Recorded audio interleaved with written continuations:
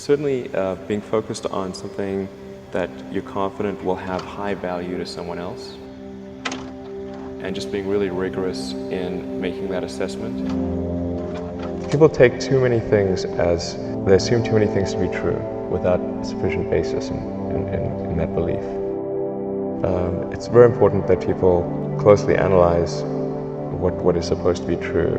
Try to say, let's analyze things from first principles, not by analogy or not by convention. I also had sort of a slight existential crisis because I was trying to figure out what does it all mean? Like, what's the purpose of things? And I came to the conclusion that if we can advance the knowledge of the world, if we can do things that expand the scope and scale of consciousness, then we're better able to ask the right questions and become more enlightened, and that's really the only way forward. And this was against the advice of pretty much everyone I talked to. One friend made me sit down and watch a bunch of videos of rockets blowing up. Let me tell you, he wasn't far wrong. Tough going there in the beginning because I'd never built anything physical. I mean, I'd built like little model rockets as a kid and that kind of thing, but I'd never had a company that built anything physical. So I had to kind of figure out how to do all these things and bring together the right team of people. And so we did all that and then failed 3 times. I think also people tend to overweight risk on a personal level. Let's say you're young and you're just coming out of college or coming out of high school or whatever. What do you risk? You know, you're not going to stop. People should be less risk averse when there's not much at risk. I wouldn't say I'm fearless. In fact, I think I feel fear quite strongly. If what we're doing is, what I'm doing is, I think, is important enough, then I just override the fear. Trying to build a company and have it succeed is like eating glass and staring into the abyss. Sort of quite exciting for the first several months starting a company, and then reality sets in. Things don't go as well as planned. Customers aren't signing up. The technology or the product isn't working as well as you thought, and then that can sometimes be compounded by a recession, and it can be very, very painful for several years. So I think, frankly, starting a company advises people to have a high pain tolerance. For this, like, there are many more ways to fail than to succeed. Failure is not a big stigma. So it's like if you try hard and it doesn't work out, that's okay. Learn from that and do another company, and it's not a big deal.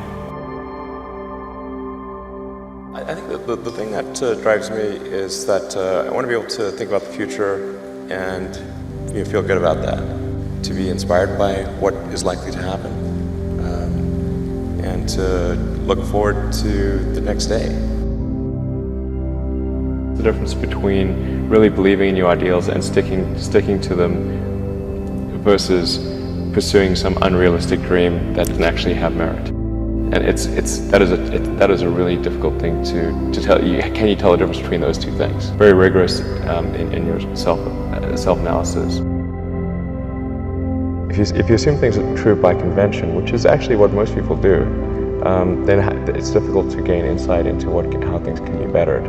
You want to make sure that the underlying premises are valid and applicable, and then in reaching a conclusion, that the conclusion you're reaching is necessarily driven by the underlying premises and the interconnection between those premises.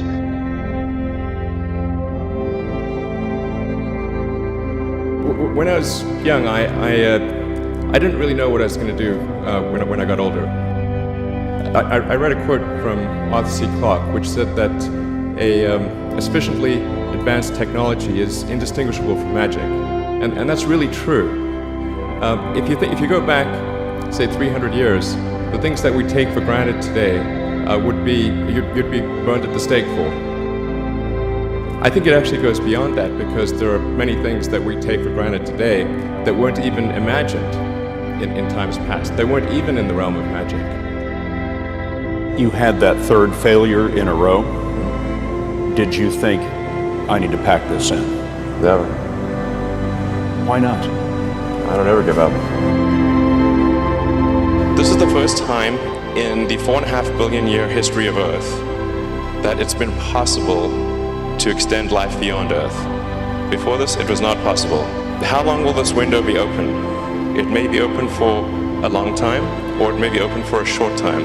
I think it would be wise to assume that it is open for a short time. Every waking hour, that's the thing I would say. Okay, if somebody else is working 50 hours and you're working 100, you'll get twice as much done in the course of a year. Now is the time to take risk. So I would encourage you to take risks now. Do something bold. You won't regret it. Work like hell. I mean, you just have to put in, 80 to 100 hour weeks every week.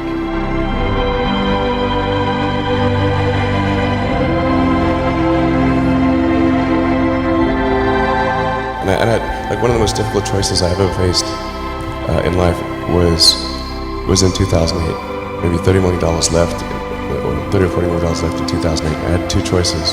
I could put it all into one company, and then the other company would definitely die, or split it between the two companies. But if I split it between the two companies, then both might die. And when you put your blood, sweat, and tears into creating something, or building something, it's like a child. Am I going to let one starve to death? I couldn't bring myself to do it, so I split the money between the two. Fortunately, thank goodness, they both came through. When something is important enough, you do it even if the odds are not in your favor. We're doing these things that seem unlikely to succeed, and we've been fortunate, and at least thus far they have succeeded. You guys are the magicians of the 21st century. Don't let anything hold you back.